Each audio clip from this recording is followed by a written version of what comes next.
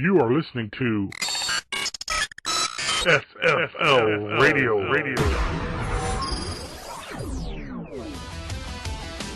You're listening to the Owner's Box Podcast on SFL Radio. Now here's the host of the S.O.B. and my bongo-playing compadre, Stephen Mullinax. All right. Welcome to the SFL Owner's Box. The S.O.B. is a weekly 30-minute podcast that covers all the headline-worthy topics from this week in the Simulation Football League, a.k.a. the SFL. For the uninitiated, the SFL is the ultimate sim football experience that features real-life users as players, coaches, and owners. Other features include a live commentated SFL Red Zone, where you can watch 5 games at once with in-depth pregame and postgame shows live on YouTube. There's also a Game of the Week shown in its entirety with a live 2-man commentary crew, full stat tracking provided by DAC Stats, fantasy football, and much, much more. Find out how you can get involved at simulationfl.com. That's simulationfl.com. On today's show, we're going to be talking to the Atlanta Swarm's brand new owner, Mark Chisholm. He'll tell us a little bit about his process, his team build, and what he's going to be bringing over as the former DC Dragons defensive coordinator. But first, let's get into this week's SFL headlines in a segment we like to call The Rundown. You stay classy, San Diego. I'm Ron Burgundy. Topping the SFL headlines today is fantasy football. Yes, the addiction that has crippled NFL fans for years is now coming to the SFL to occupy even more of your precious time on this planet we call Earth. And you know what? That's not a bad thing. In fact, back when I played fantasy football, before I promptly dumped it for the SFL, I knew a lot more about every NFL team and all of its players, over just knowing my own one favorite team, inside and out. I'm sure the SFL brass is hoping this brand new feature will allow everyone in the SFL to do the exact same. And its introduction coinciding with the release of the SFL Red Zone, I believe, will be the perfect marriage.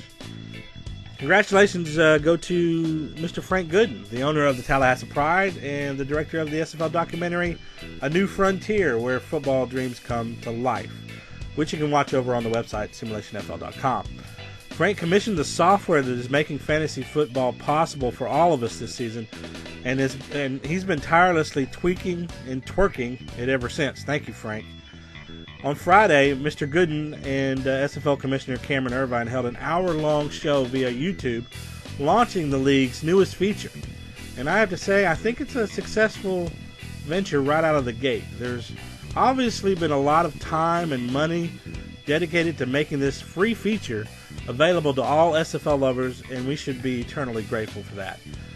During the launch, Frank and Cam revealed some of the reasons they believe we'll be hooked to SFL Fantasy Football this season. They announced we'll have the ability to optimize our teams by swapping out players from week to week. On top of choosing different SFL players at every position, we'll also be asked to choose a team's offense and defense as well every week, which is totally unique. In normal fantasy football, at least the formats that I've played, we've always been asked to pick only offensive players and a team defense.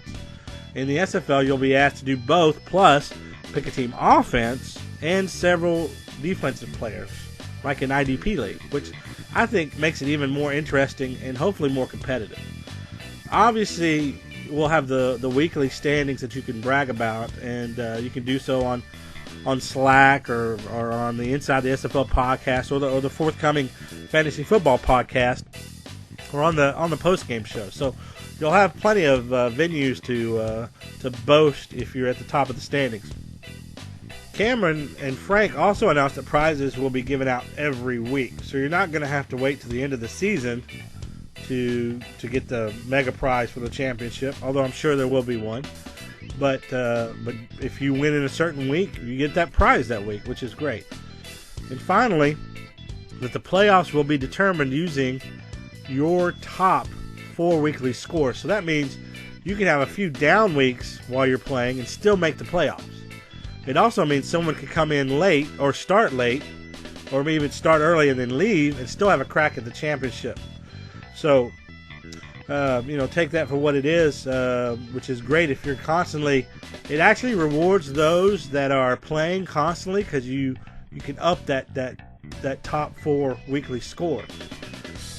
All in all, I believe fantasy football will be an exciting new feature, and I hope it brings the SFL community closer together. Now, let's talk about more SFL headlines. Well, the season will start in approximately 2 weeks, depending upon when you are listening to this, January 15th. That's when the first Red Zone will be. For owners and coaches, playbooks are due this Friday, January 6th, I'm assuming at midnight. So this looks to be a pretty busy and exciting build-up leading up to the launch of SFL Red Zone. We had a taste of Red Zone at the end of last season, but that was very much a beta at the time. And if I know Cam, which I think I do, he's got some tricks up his graphical sleeves that will shock and amaze all of us on launch night. For me, the biggest thing I want to see out of Red Zone is the scores. I want to be sure we see every single touchdown, hands down. I'd love to see rewinds and highlights of every highlight-worthy play as possible. But mainly, I want to make sure that every touchdown is covered. So, more than anything, that's what I want out of the SFL Red Zone. Now, let's talk a little bit about the game of the week. During the launch of SFL Fantasy Football, Cam also announced the 2 teams that will be playing in the first quote-unquote game of the week this season. It will be a battle of the birds as the Carolina Skyhawks will travel to Sioux Falls to face the Sparrows.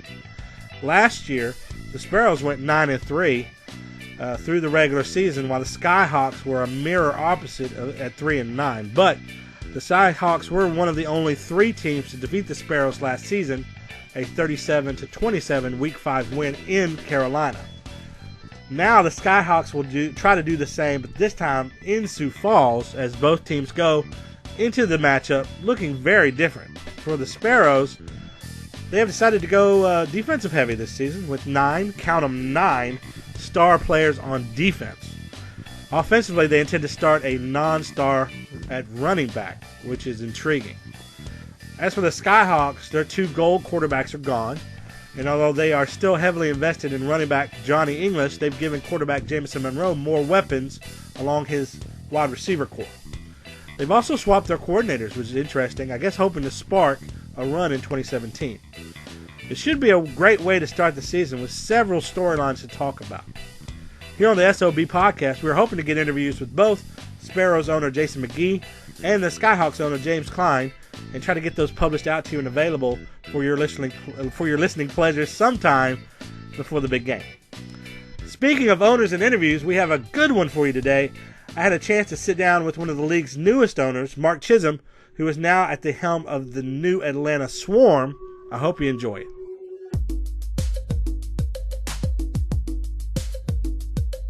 First of all, congratulations on getting a team. I personally, I really enjoyed what really turned it for me. Not only was the fact that you had applied before, but also, which was really a big concern for a lot of the owners this time around, wanted to really honor your loyalty, but also your interview that you did with Cam was really impactful, and I think the key note that really hit it for me was when you said that you, regardless of what the vote was, you were still going to be part and really energetic about that fact that you would still be a part of the SFL regardless. Definitely, man. I appreciate it. Yeah, man, I enjoy it. You know, if you don't succeed the first time, you try again. That's how I was raised, so I was definitely going to be a part of it no matter what happened, man. So what does it mean to you to actually, get a team in the league this year? It means you guys, you see my dedication, man. You see I wanted to be part of the brotherhood, the fraternity, and I definitely feel I deserved it. Being around, watching all the games and everything, it's just fun, man. I enjoy it. You were, so for 2 seasons, you were the defensive coordinator for the DC Dragons. Yes. And what's the biggest thing you took from Destro and being a part of that organization that you're going to bring over, now to your new team in Atlanta? Um, I would say the passion and how to run a team and how to make sure everybody's on the same page and communication. And Destro in the room, he held guys accountable. Like, you guys aren't showing up, I'm giving the alerts out. You guys got to show up if you want to be here, man. That's what this is about. So definitely communication and just that passion he had.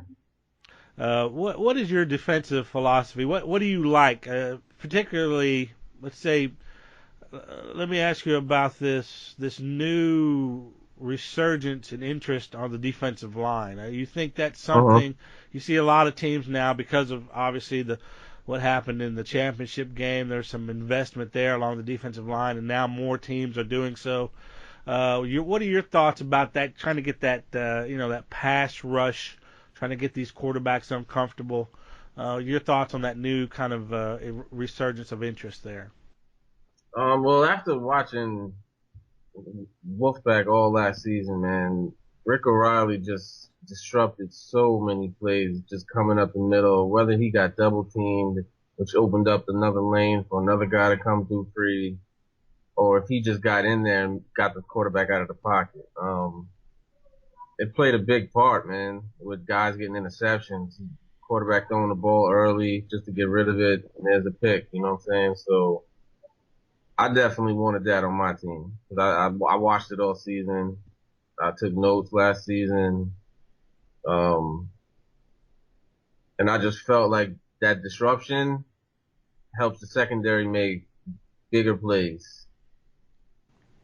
And so I'm going to ask you the flip side of that then. Well, I guess I'll ask you two questions in one here. So what, on the defensive side of the ball, what position or positional group do you think is the most important to invest in? And then just in your opinion, and the least important? My opinion, I'd say the secondary. Because, those guys get a lot of picks, man. If they played right, they get a lot of picks in this game. And, you don't see you'll see 2-3 sacks a game, but then you'll see a game where there's no sacks. Right. But you'll see a lot of games with interceptions. So, and the way the league is with guys airing it out, trying to bomb everybody up with the fades, I definitely want to invest in the secondary. So you're saying that probably the defensive line, just in your opinion? Yeah, defensive line is the least, and secondary is the most to me. Okay, that makes sense. So looking at your roster, I think when we did the reveal show, I think the biggest question in everyone's mind is just these are a bunch of guys. As far as the goals are concerned, no one knows about, and no one has really seen play.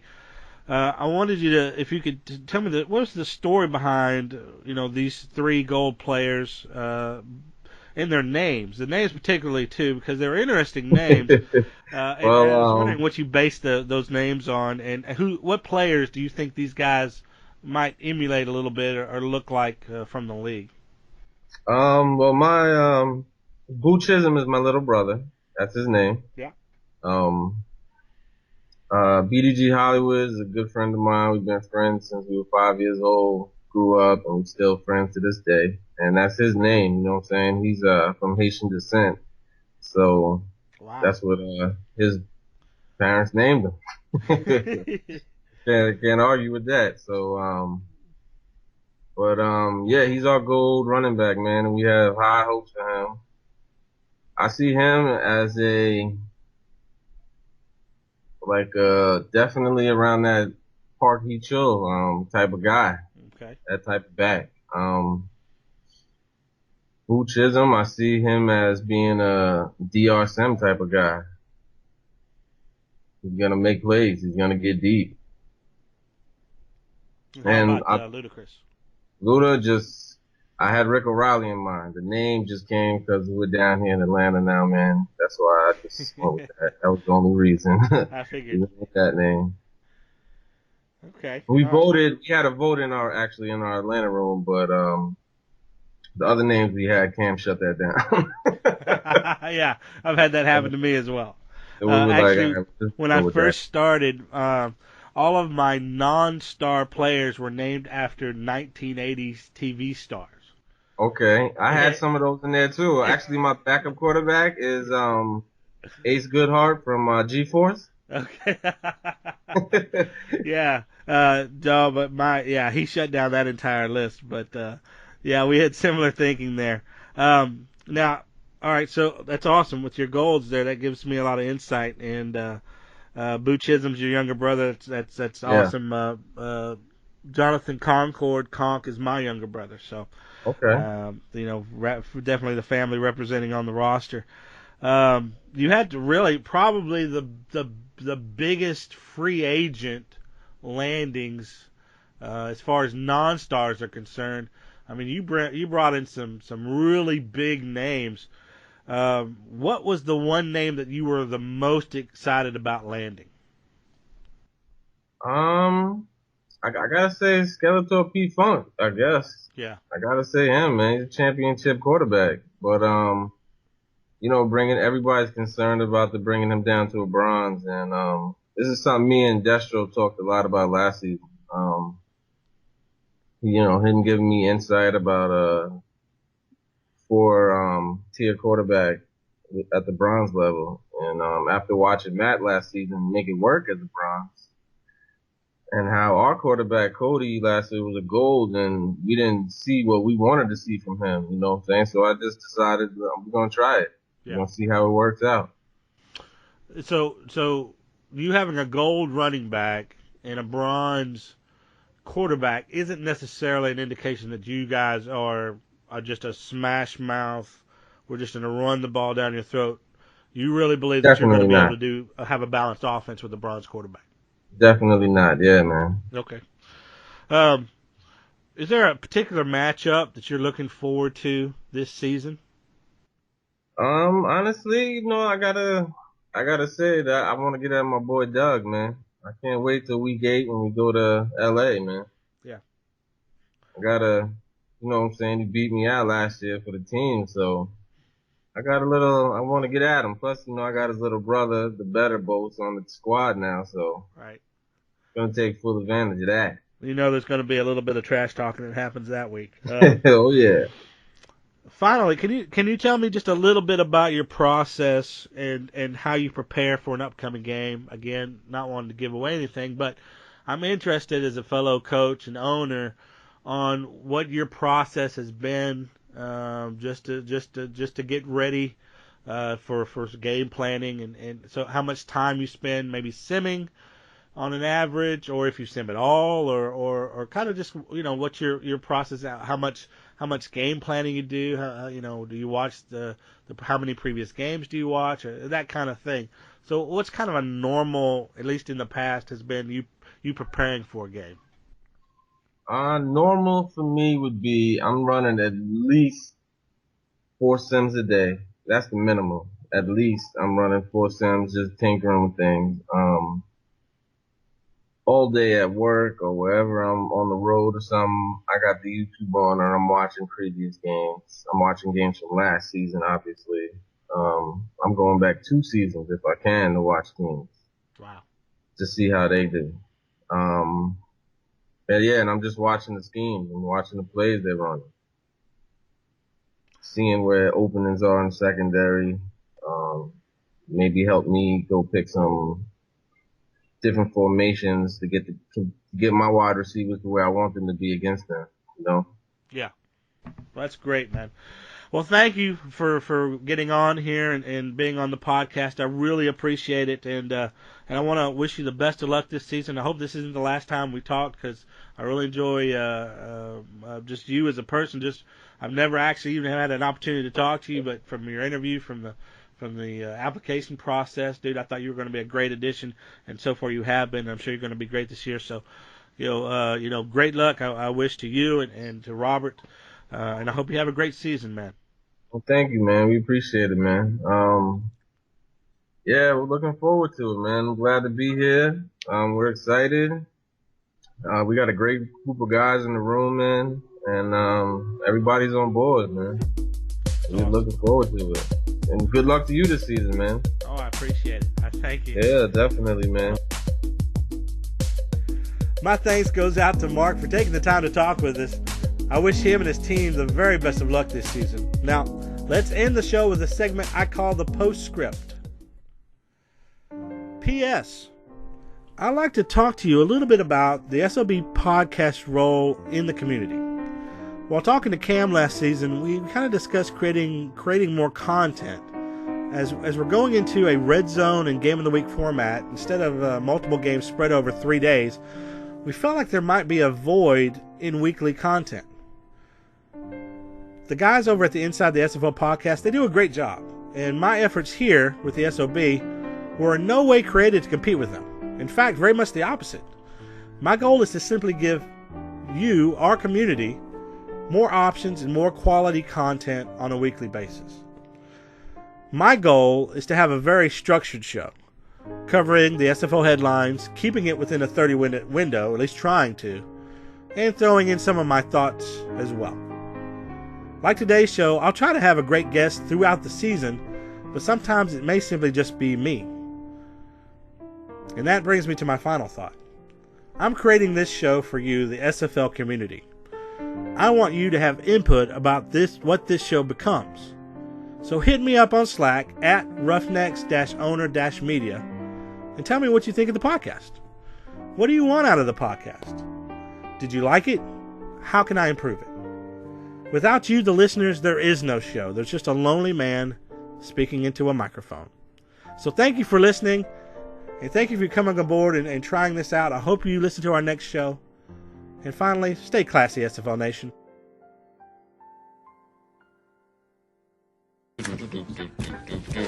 Nice work, everyone. Sharp broadcast. Really good. Everyone on the floor as well. Really a lot of hustle. I liked it.